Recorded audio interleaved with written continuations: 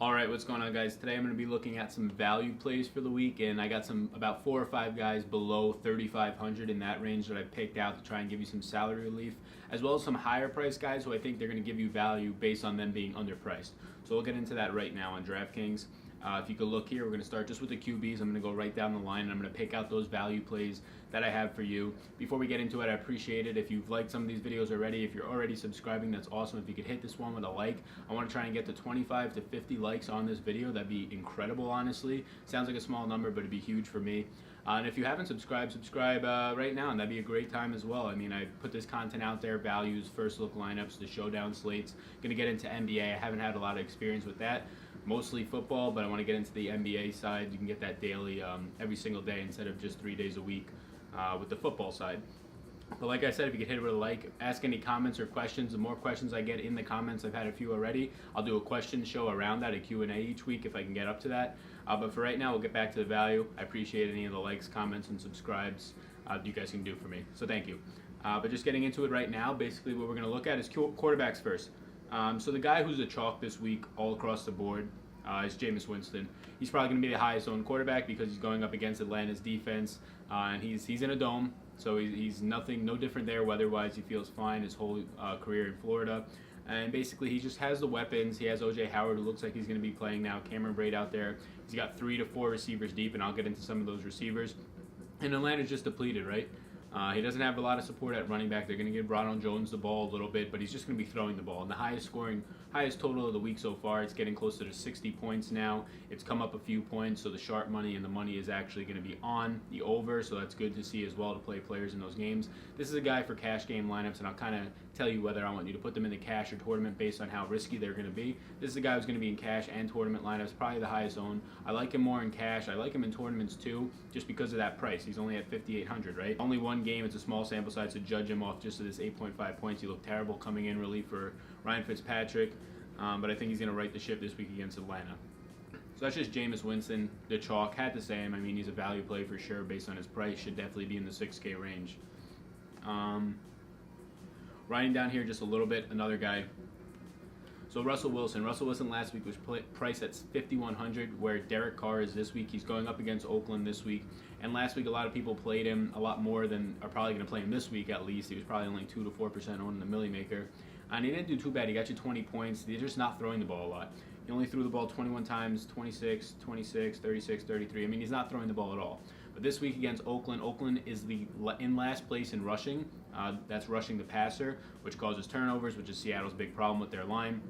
So I like that for Russell. If you're going to have a lot more time, you're probably going to end up throwing the ball a little more. They do have 2 solid running backs there. They actually have 3. But they have 2 solid, healthy running backs there, and Mike Davis and Chris Carson, who are going to get a lot of work. But I do like Russell Wilson in this spot just because Oakland's defense is so bad. It has a high total of about 48, 48.5. It's come up about a point and a half.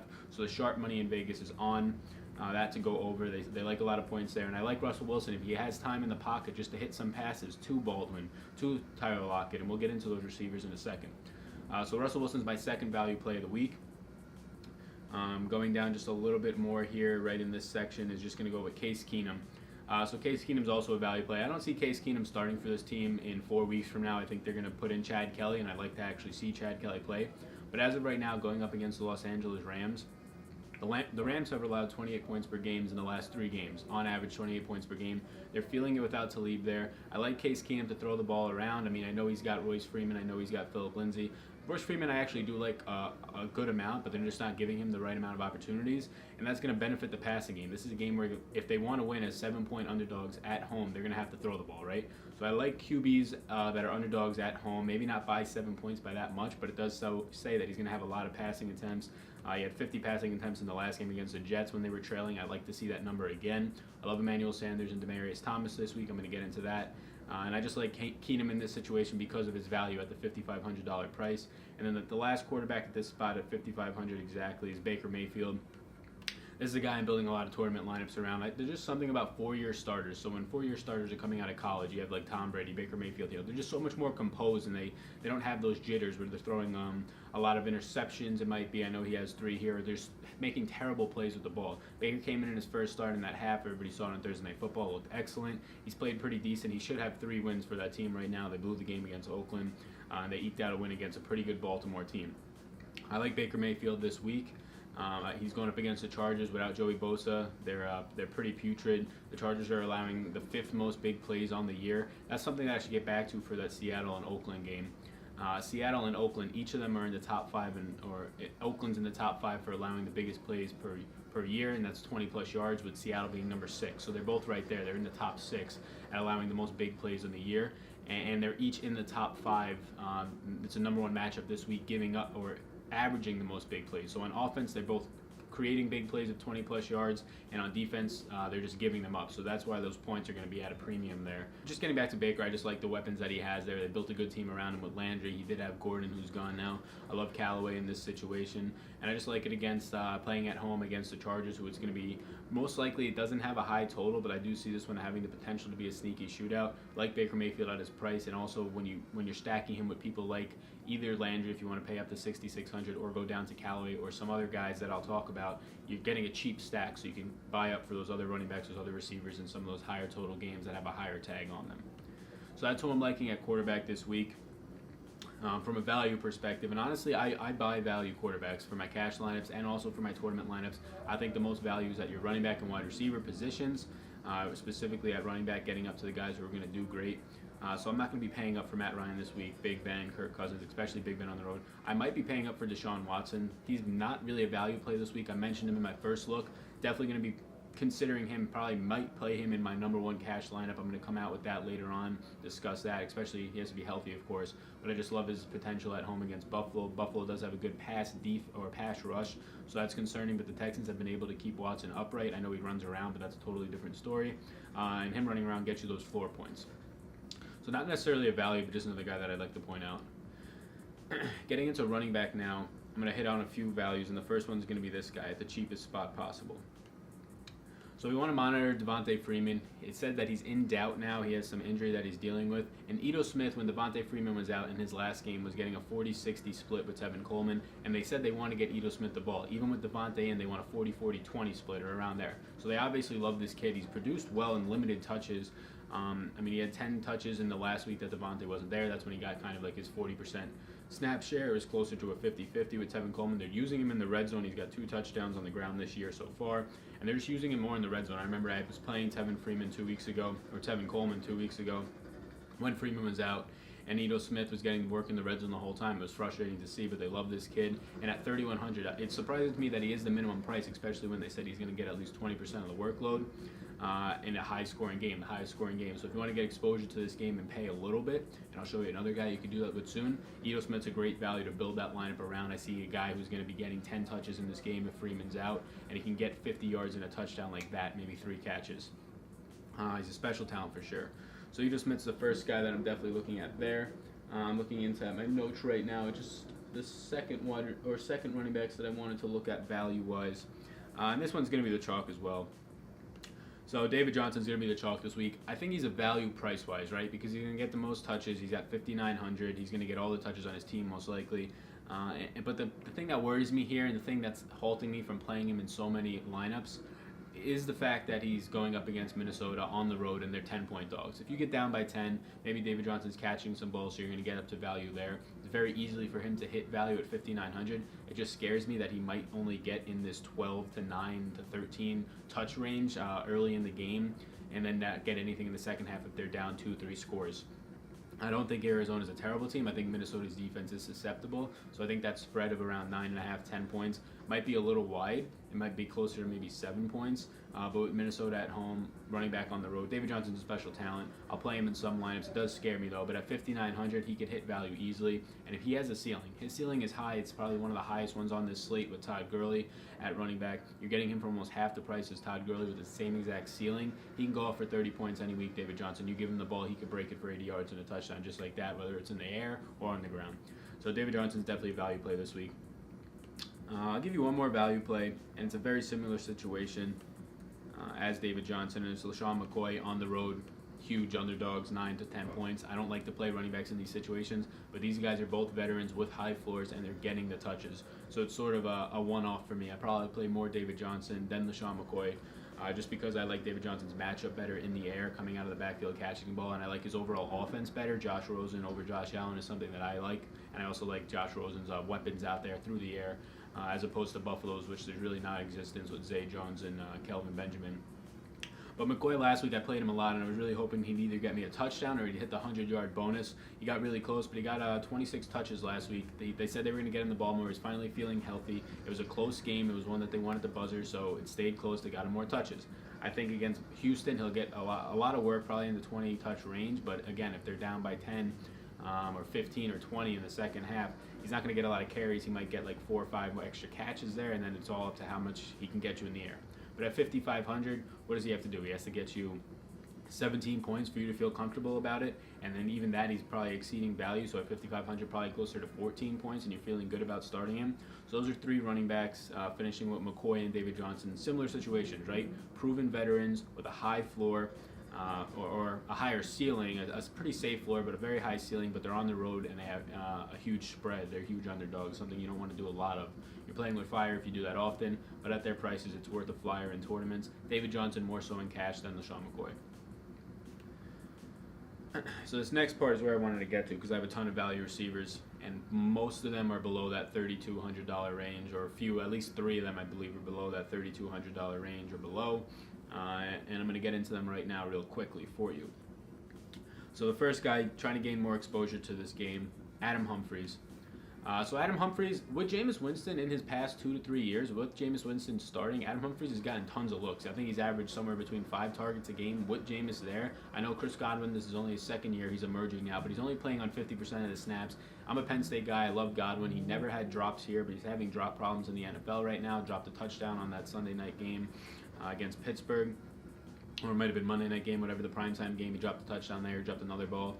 And Humphries has just this connection with Jameis Winston. He has a low ADOT, which is good for a slot receiver because he's getting 7 targets. Most likely they're going to convert on 5, 6, or 7 of them. It's going to be a high conversion percentage. He had 7 targets, 5 targets. So he had 5 targets and 7 targets. That's with Winston playing. Winston didn't play the full game against or that's 7 targets with Winston playing. I know Winston didn't play against Pittsburgh, but he had 5 targets in that game, so he slowly started to emerge a little. 7 targets, caught 6 of them against Chicago. That's when Winston's full on playing. Look, he's only getting you 10 points, but this is a high scoring game. If he has those 7 targets again, and he's only $3,200, and he can catch 4 of them for 40 yards, fall into the end zone, he's exceeding value easily. If he just catches 4 for 40 yards, you're going to like that. I like Humphries for both cash and tournaments. There was weeks 2 years ago when I played Humphries, 2 or 3 weeks. The one week he had 2 touchdowns on like 70 yards and 8 catches, and that's just a killer week right there. You smashed, right? You got close to 30 points out of a guy who's minimum priced. So at 3,200, I love this for this position because he's in that high total game, in a game where it's going to be high pace, a lot of plays being run, a lot of balls through the air. With the total being that high, you could almost expect there to be at least 6, 7 touchdowns, and him to fall into one of them. I like those odds at 3,200. I'll buy him all day. I'm going to have him in a lot of lineups for me. Second guy, and this one's interesting, Derrick Willies, or Wileys, I don't know. Derrick Willies is what we're going to call him. Sorry if you're seeing this, I don't know pronounce your name well, but this guy's a freak. He ran a 4.45, I think, at the Combine. He went undrafted out of Texas Tech, so he knew how to play. I think he played there with Pat Mahomes. So he can catch the ball. This man knows he has speed. He's a huge receiver, and I love big body receivers, especially if they have speed. That's just the ultimate duo. Like I've said in previous videos, I'd rather have size and weight over speed. I know they say speed kills, which it does if you see like Deshaun Jackson, but what's more consistent, right? The guys that are more consistent are the Mike Evans, the Julio Jones, then those Deshaun Jackson guys. Derrick Willies, I know he had 5 targets in this last game. You can see right here, 5 targets, 3 receptions, 61 yards. That 39-yard one, it was a broken play. Scramble play, he caught like a 15-yard pass and he took it another 20 yards in overtime, so it kind of skews it a little bit. But the fact that he got 5 targets in a game where he only really played a half of it because Rashad Higgins got hurt, they just announced that they're not signing Rashad Matthews. They're going to stay with Derrick Willies at the number 3 receiver. They have Rod Streeter there, but he didn't play at all in that last game. 5 targets from Baker Mayfield in a game that does go to OT. How many times does Baker throw? Let's look last game. Baker throws 43 times. He gets 5 targets, and he's only playing in one half. That's pretty damn good. If Baker throws 20 times in the half, he's looking his way 20% of the time. I know that's looking into the number a little bit, but if we just want to break it up like that, I like that a lot. He's a huge receiver, and he's at $3,200. So if you play a guy like him paired with Baker as your stack and maybe Njoku, or you go just Baker and him, you have so much potential there because you have one of the lowest priced quarterbacks with probably the lowest priced wide receiver with him and Humphries. I love his potential here as a big body receiver. I also like Antonio Callaway in this spot, and I'll mention him now. Just because, like I said, Higgins is out. He's going up. They're both going up against the Chargers, who have been susceptible to big plays, especially without Bosa there. They're not getting a lot of pressure. Advantage Baker Mayfield. Advantage these receivers. I like Antonio Callaway, but I kind of like Willies more. Just I like taking that $800 savings for people who are going to probably see the same amount of snaps. Callaway probably a little bit more, but he's more of this big play guy. I know he's getting a decent amount of targets, but I like this Willies play. I'll have both in the lineups, maybe stack both of them so you could open up so much cash if you think there's going to be a lot of high scoring in that Browns game. I'm not too sure I want to do that. Callaway more so in cash games for me. I think he's a good play in tournaments. I think he's going to be low owned, but I like this Willies play a lot. I think he's going to be less than 1% owned, if not right around the 1% owned mark, if not 0.1% owned. Then he's a guy who can get you 5 catches, 80 yards, and a touchdown. And at 3,200, if he's playing 70% of the snaps, with Baker throwing 40 times in a game that they're probably going to have to throw a lot, I like that a lot. So that's probably my sneakiest play of the week, is that Willies Baker stack, just because it opens up so much, and I'll build a lineup with that shortly. Another guy at 3,200, and there's a lot of value at 3,200, is Cole Beasley.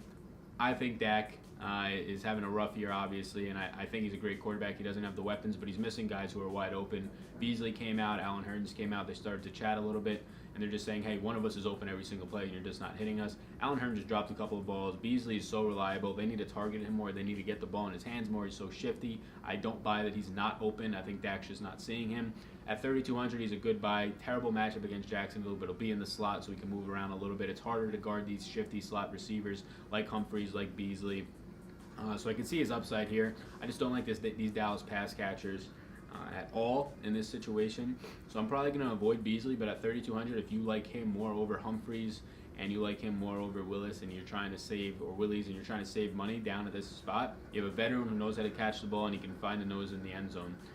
So they might not be doing great this year. I think that he's the highest percentages of snaps this year for Dallas wide receivers, and it's only at like 65%. So they're running the ball a lot. So it's definitely dangerous, but he's priced super low, the lowest he's ever been priced, and I think it's worth a flyer if you want to do this in tournaments or even cash. Quickly, I just want to go back because that reminds me to running backs. Ezekiel Elliott, I think he's going to be one of the most highest owned players this week in tournament perspective ways, because he's $7,000. This is the cheapest he's ever going to be, and he's getting 20 plus touches a week on average, right? And this is not going to be a blowout type game. I know that the matchup's not great with Jacksonville, but Kareem Hunt managed a great game last week, and I think we could all agree that Zeke is a far superior, maybe not far superior runner than Kareem Hunt. Not only that, but he caught 7 balls last week, 4 balls, 3, 5, 3. He's going to get you 5 to 10 points on the ground minimum, or in the air minimum from PPR standpoint. That gives him such a high floor right there. His floor is probably around 8 points this week against Jacksonville. And then that's not even counting his touchdown ability. He's getting every single touch in the red zone. They're running the ball a ton in the red zone, especially within the 5-yard line. I think you could find maybe Zeke falling into the end zone at 7K. He's probably one of the safest cash plays and value plays because he's down from his $8,000 price range usually.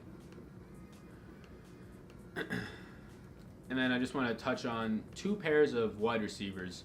So the Denver Broncos wide receivers, Emmanuel Sanders, I want to touch on, and I want to touch on Demaryius Thomas. So Sanders is just getting peppered with targets out there. Keenum's looking his way. 14 last week is just incredible, but he's been pretty consistent with his target share there. It's averaging around that 7 to 8 targets per game range, and like we already mentioned with Keenum, we're seeing the Los Angeles Rams this week. They're going to have to throw to stay up in that game. They're home, so no travel. That's better for wide receivers, better for everybody on that offense, not having to travel. And basically, they have the advantage here because the Rams are just depleted on defense right now a little bit. They still don't have Talib. Marcus Peters isn't playing as great as he probably has played in years past or last year. And they're giving up those 28 points per game, and I just like their ability here. They're giving up chunk plays as well. They're also in that top 10 of giving up chunk plays to offenses. That's chunk plays, big plays being 20 plus more yards. They're also actually one of the worst teams, or actually lower pressured teams that you would think. You would think the Rams are in the top 5 with Ndamukong Suh, and Aaron Donald there, but they're actually not getting as much pressure. That's leading to those 28 points per game for the opposing offenses. So I like Emmanuel Sanders here at 6,700, and you know he's probably going to see 7 or 8 targets, if not more, because they're going to have to throw the ball a lot more. Demaryius Thomas is a guy I played last week a good amount, and he was sneaky play, less than 5% owned, getting 100 yards and a touchdown. I like him here. His price didn't come up that much at all at 5,800. He's probably going to see a lot of the Marcus Peters. The advantage you have with Emmanuel Sanders is they're probably going to put him in the slot, and he can move around the field more than Demaryius Thomas can. But I think either is a great play this week. I choose Sanders more, especially for cash. Both great tournament plays. Coming right off of that, going to the Seattle wide receivers. So we're going Tyler Lockett and Doug Baldwin. Baldwin laid an egg last week. I had Baldwin paired with Russell Wilson in a lot of tournaments, and I also had Russell Wilson and Lockett. So that Lockett and Russell Wilson kept me alive, put me in a lot of the cash lineups because he was so cheap last week under 5K. He ended up getting right around 100 yards, almost got that bonus and a touchdown. And he's a boomer bust player, right? He's one of those speedy guys on the outside. But lately he's been booming, right? He's got 4 touchdowns this year. It's incredible that he's been able to keep this up. I do think that he's going to regress, but this week's such a great matchup against Oakland. Like I said, there's not a lot of pressure from Oakland. They're going to be able to throw the ball. Doug Baldwin was a disappointment last week. He caught 1 catch, I think, on their first drive for a yard, and you're like, oh, damn, he only got a yard, but he got me 1.1 points. That's all he got you all game. Pretty frustrating if you started him a lot or if you relied on him in a lot of cash lineups like I did. Luckily, I was able to cash last week on a lot of things because a lot of other players hit. But Doug Baldwin right here, I think he's a safe play again. I think he's not going to just get held to 1 catch. He's going to be in the slot. He's going to move all around the field. And I think with Russell Wilson having a lot more time to scan the field, look at his second and third reads, which he hasn't had in any other weeks. It's been first read, sack, hit, or run around, try and find somebody. If you watch those games, it's incredible that they even were in the game with the Rams last week. But the Rams, that's another thing, getting back to the Rams not having a lot of pressure. Aaron Donald and Ndamukong Suh, they've got guys out there who should be getting pressure. That Russell Wilson awful Seattle line put up 30-plus points on them, and he had a decent amount of time in the pocket on a lot of plays. So it's a very underrated stat right there that the Rams actually aren't that great at rushing the passer, and that shows the 28 points per game the last 3 weeks. So I like these receivers a lot. Another guy who's probably going to be a chalk this week, and I mentioned him in my first look lineup, Keke. You got to love the guy. He's getting a lot of work early. I think he's going to start to bite into Will Fuller's work a lot. Will Fuller's probably going to go back to that guy who sees 3 or 4 targets, catches a huge touchdown, and that might be it. I don't think Will Fuller's write him off the face of the earth, but I think Keke's the guy that they've needed there. They haven't had a slot receiver. They've used Bruce Ellington, who's been decent. He's on IR right now. They've been raving about this Keke guy. I saw reports last week. I almost played him at minimum price of $3K 2 weeks ago. I just didn't get to. My roommates are playing music now. Hold on a second. All right, yeah, so I'm back real quick. And yeah, so Keke, he's just going to get the volume. He's got Deshaun Watson out there. I love a Keke, DeAndre Hopkins, and Deshaun Watson stack like I showed in my first look. Not positive if that's where I'm going to go with cash at or if I'm going to want to go with Jameis. But either way, I think either are great options this week, and I think Keke's an awesome value play. Getting into our tight ends here, there's really just 2 guys that I'm looking at this week. The first guy is the guy I put in my first look lineup, and I'm going to pair him a lot with these Baker Mayfield stacks in Callaway or Willies. It's David Njoku. He's getting targets every single week, right? He's averaging over 7 targets a week as a tight end. You want 6 targets and you're happy out of your tight end. And he's getting targets, he's getting receptions. Hopefully he can start to turn some of these targets into more receptions. He wasn't able to do that last week. He's been able to do that in weeks past. But Baker's looking his way. Tough matchup this week against the Chargers. But I think with Joey Bosa out, he'll be able to find some space, and he's not going to get less than 7 targets. I don't think this week they're going to have to throw the ball, and he's been seeing a lot of targets. And then the last one that I'm just going to look at is Ricky Seals. Where is he? Ricky Seals-Jones. We've been saying about how athletic he is, all this stuff, and he just hasn't really been able to put it all together. 6 targets last week. The week before that, he had 2 big catches. Josh Rosen is looking his way. Like I said, they're 10-point underdogs this week against Minnesota. They're going to have to throw the ball. They're going to have to throw the ball. He had 6 targets last week. Couldn't catch one of them, which is pretty interesting, pretty surprising. You think you're going to catch one of those balls. So that's alarming, but he's getting the looks. He's a big receiver. They're going to be down. They're going to be throwing the ball. I like him at his price point at $2,700. There's a lot of value there. All right. Lastly, probably the most value on the slate. Julio Jones. Julio Jones has been under 8K, and you're going to say, where's the value in this? He's been under 8K 7 times in like the last 2 or 3 years. 5 out of those 7 times, he's eclipsed the points of his projections. The one time was when he dropped 300 yards on this Tampa Bay defense that isn't that different. It's just as worse. He dropped 300 yards. He dropped the 50 burger on Draftkings. This year he was under 5K and he just really didn't come through that much, or he was under 8K and didn't come through that much. This is a guy who's going up against a putrid defense in the highest total game of the day. He's going to be the most owned guy, probably in the 40% range in some of these Millie Maker lineups. But if they can just get him the ball, and this should probably be the week that he scores, I don't see why this is an automatic 20 to 25 point week for Julio. I think that I'm going to be playing him in every single cash lineup that I can. I overlooked this in my first look lineup, which was a mistake on my part. But this is somewhere that I'm definitely going this week. And like I said, he's just underpriced. He's 8K. He should be somewhere in the 8,500 range, especially with this matchup that he has. But they're just pushing him down because of his touchdown downside that he doesn't have this year. He's got to get in the end zone at some point. I doubt he's going to score 0 touchdowns this year. This is probably his most favorable matchup on the year.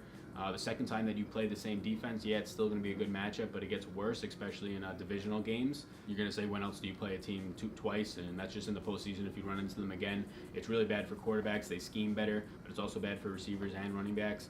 The first time is the best advantage. This is probably his best matchup of the entire year, and he's under 8K, which is ridiculous. All right, and then lastly, I'm just going to touch on another wide receiver who's really a boomer bust guy. This guy I don't want in cash at all, but I do want him in all of my tournament lineups.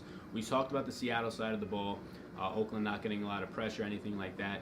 And if you want to run this one back, so say you want to start Baldwin with Wilson in a tournament and running back with Cooper, you're going to have a ton of money to spend up at running back. You can get Julio in one of those lineups. Cooper, look at him. He's just boom or bust. Bust, boom, bust, boom, bust. I mean, you can't rely on a cycle like that, but they're going to have a terrible Seattle secondary right now that the Rams picked apart last week, that everybody's been picking apart, especially with Earl Thomas out. I like Amari Cooper's upside this week for sure. And then quickly, I just want to look at a lineup that I'm liking this week for tournament purposes. And it is Baker Mayfield stack with his tight end. And then I want to see what happens if we pay all the way down for Willies here. So if somehow Willies, I'm just throwing this into like a $3 or a Millie Maker, it's only $10 this week. If somehow Willies catches 50 balls or 50 yards, 4 balls and a touchdown, he hits value, and this lineup has a lot of potential. If he somehow goes over 100 yards, this lineup has a ton of potential then. McCaffrey's somebody I love this week. He has the greatest opportunity. His offensive line against the Redskins' defensive line is the best matchup this week in all of football, based on the past week's numbers when you look at it from just a neutral standpoint. So I want to get McCaffrey in a lineup. And we could fit Melvin Gordon and Julio. That's the way I want to go. You're going to say, how can you do that? Well, the way that I could do that is by flexing Ito Smith here. Get more exposure to that game. Defense, I like the Cowboys defense this week just because I like going cheap defenses. And then at wide receiver, we still have enough money. And we go Hopkins. So this is a lineup where you're getting Baker Mayfield. All you really have to do here is hope that Baker Mayfield can get the ball to Willies and Njoku, and Baker could have a decent game. If Baker goes for 20 to 25 points, this lineup is going to be very valid. You're getting 4 studs. You're getting Christian McCaffrey, Melvin Gordon, Julio Jones, and DeAndre Hopkins. So this is really just the stars and scrubs type of lineup. But this is just a quick build. I don't even know if I built this one yet. Maybe you can try and get Mike Evans in there to get more exposure to that Atlanta and Tampa Bay game. But this was just my values for the week, just high-priced and low-priced guys. Good luck this week in Week 6. I'm going to come back and kind of recap on Monday what my lineup looked like for cash game purposes and take a first look at next week. If you made it this far, go ahead and like the video. Please subscribe if you like this content. I'll keep putting it out. Comment any questions you have for the week, and I'll get back to them. And if we get enough comments, I'll kind of make a video upcoming on this Saturday to answer all those questions. Peace, guys.